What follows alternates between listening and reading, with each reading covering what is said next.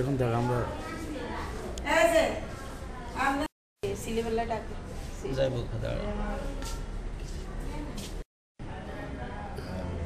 মাথা টাথা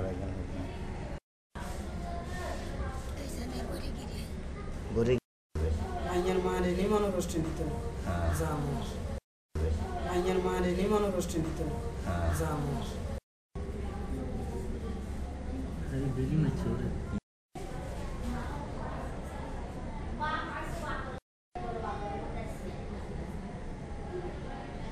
বাথরুমের ভিতরে শোয়াইতো, বাথরুমেতে খাওয়া দিত।